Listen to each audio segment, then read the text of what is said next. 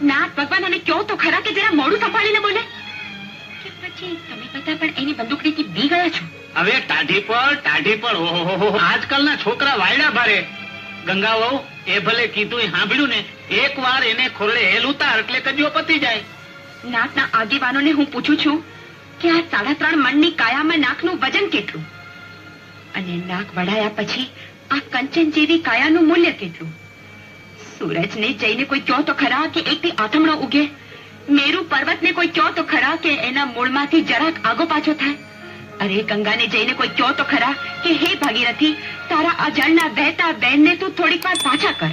ભાઈ આવું તે કોઈ કાળે બને ખરું? ન બને ને નાથ ભગવાન. તો પછી આ ગંગાએ જ્યાં એક વખત પાણીનું બેડું ઉતાર્યું ત્યાંથી ઉપાડીને બીજાના ખોરડે પગલું ન જ માંડે.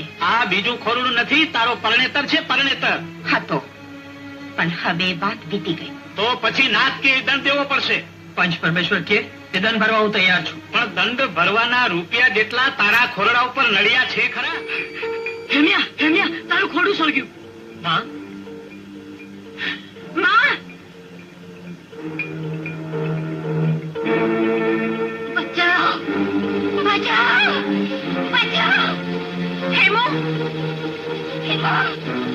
માં! હેમો દીકરા! બચાવ!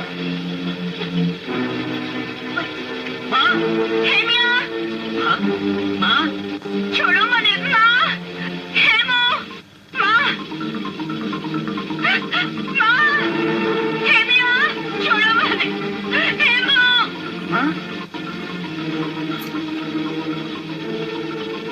છોડો મને! જવા દો! માં! આજ આકાશ વરસે આંસુડે,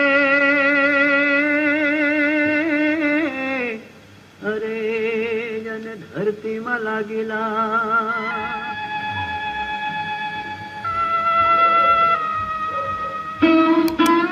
ખાટલા કાઢનારા મને આવું રૂપ શા સારું દીધું? જ્યાં જાઉં છું ત્યાં વાસનાના ભૂખ્યા ગીબડા મારા જોબન માથે નજર્યું માંડે છે, અને સર્જનહાર રૂપ દીધું તો એને ઢાંકવા આછા પાતળા ઓઢણ તો દેવાતા. ગંગા હેમો, છે તો કાચી માટીનો કુંભ, પણ ઘડનારે એને માથે રૂપ ને રંગની ચિત્રામણની મીનાકારી કરી છે. મારે આ રૂપને ધગધગતા દામ દઈ કાયાને કગેપી કરવી છે. પિતાના રૂપ માટે તો બસ એક રાવણની મેલી નજર હતી. હું તો જ્યાં જાઉં છું ત્યાં પુરુષની આંખમાં એક તાંતા 100 રાવણ મને નજરે આવે છે. જગતે કીધું હતું કે અગન પરીક્ષા આપો, અને તેથી સીતાએ સળગતા અગન માંથી પગલા માંડ્યા ત્યારે રામે એને રોક્યા નહોતા. પણ મારે મન તો ગંગા એ 2 અક્ષરમાં બધું જ આવી ગયું.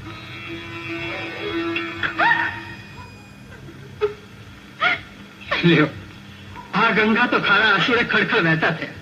અરે ગાંડી!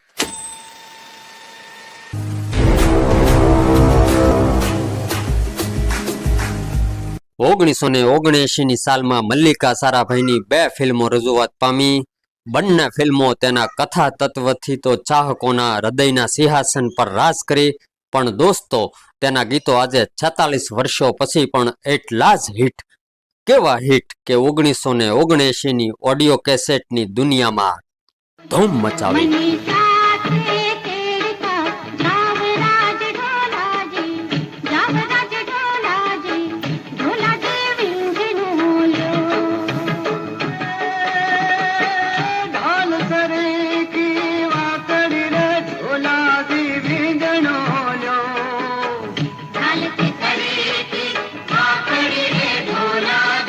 તે વખતના સાક્ષી રહેલા પ્રેક્ષકોને યાદ જ હશે કે ઓડિયો કેસેટના તે જમાનામાં કેસેટની પહેલી બાજુ સોનબા રૂપબાના ગીતો અને બીજી બાજુ પીઠીનો રંગ ફિલ્મના ગીતો આપણને જોવા મળતા. આ બંને ફિલ્મો 1979ની સાલમાં રજૂઆત પામી ને બંને ફિલ્મો મ્યુઝિકલી સુપરહિટ.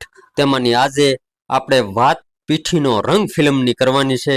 કમલ ચિત્ર પ્રોડક્શનના બેનર હેઠળ બનેલી પીઠીનો રંગ રાજીવ અને મલ્લિકા સારાભાઈની મુખ્ય ભૂમિકાવાળી ફિલ્મમાં સાથી કલાકારોમાં નારાયણ દાસગોર, નલિન દવે, મહેશ જોશી અને હા, અરવિંદ રાઠોડના આ અભિનયને કોણ ભૂલી શકે. કહેવા દે ગંગા, આ સુખડીમાં હવે સ્વાદ નહીં આવે. માણસને પોતાની પરણેતર કરતા કરિયાવર વધારે ભાલું લાગે એ તો આજ પહેલી વાર જોયું. કરિયાવર જોઈતું હોય તો લો જાઓ પાછી ને લઈ આવો.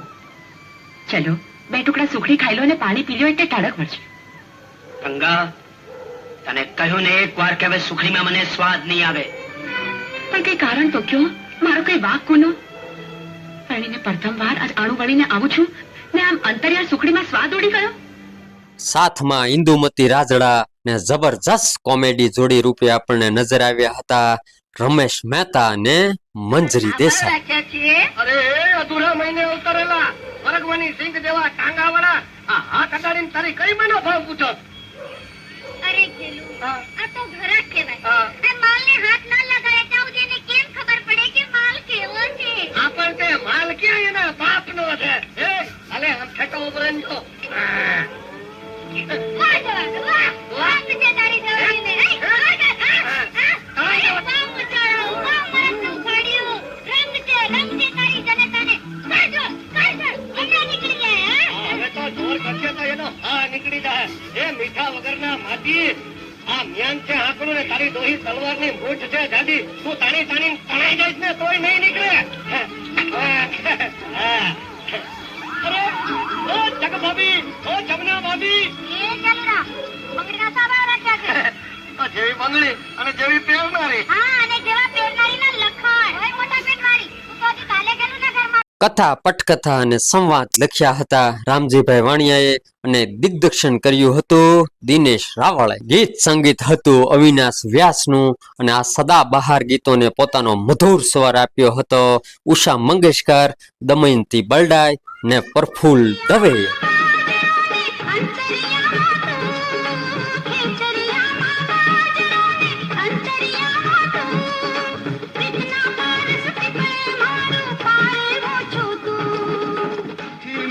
વાતો કરીએ તળાવડીની પાળે, તારો નેડો લાગ્યો મુને કાળી રે કોયલિયા હો, આંખોને લાગ્યો રે ઉજાગરો ગોરલિયા. બધા ગીતો બ્લોકબસ્ટર હિટ.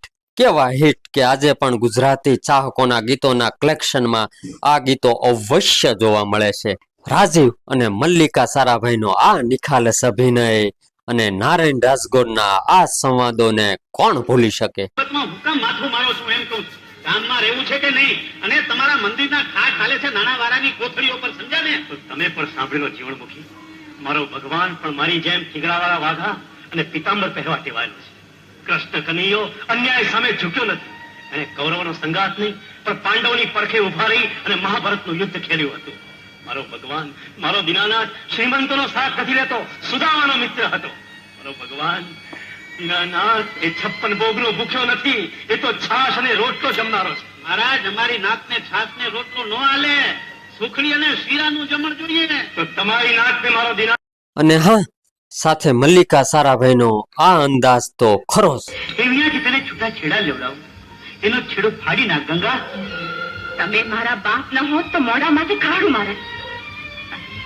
જેની હારે હાથ તાળી લઈ જીવવા મરવાનો કોલ લીધો છે એને આવા ટાણે દગો દો. જે હાથે મને ભગવાનની સન્મુખ ચૂડલા પહેરાવ્યા એ હાથ તો હવે હાલ્યા ગયા. જાઓ બાપુ, હવે તમને જાજુ નથી કહેતી. ગંગા, દુઃખના વાદળ વરસશે ત્યારે આ લાગણીનો ઉભરો એટલું વહી જશે. બાપ અને દીકરીના સંબંધ તો જે દી તમારી ડેલી બારું પગલું માંડ્યું તે દી જ પૂરા થયા. વાત કરીએ સંપૂર્ણ સ્ટાર કાસ્ટની તો રાજીવ, મલ્લિકા સારાભાઈ મુખ્ય ભૂમિકામાં, સાથે અરવિંદ રાઠોડ, નારાયણ દાસગોર, ઇન્દુમતી રાજડા, વત્સલા દેશમુખ, મહેશ જોશી, જયેન્દ્ર મિશ્રા, રમેશ મહેતા, મંજરી દેસાઈ ને બાળ કલાકારોની ભૂમિકામાં તરુણા પુરોહિત, મહેશ પુરોહિત ને સુલક્ષણા પુરોહિત. તે સમયના ગુજરાતી ફિલ્મોના સુવર્ણયુગ દરમિયાન આ મીઠા મધુર ગીતોએ તે વખતના ટેપ રેકોર્ડરમાં ધૂમ મચાવી ને આજે પણ મોબાઈલના ટચુકડા પડદાની મ્યુઝિકલ લાઇબ્રેરીમાં આ ફિલ્મના ગીતો સર્ચ કરવામાં આવે છે. તો દોસ્તો, આ વિડીયો તમને કેવો લાગ્યો તે કમેન્ટ બોક્સમાં અવશ્ય જણાવશો. ને ચેનલ પર નવા હોવ તો મારી ચેનલ ગુજરાતી ટોકીઝ ચેનલને સબસ્ક્રાઇબ કરશો. ધન્યવાદ.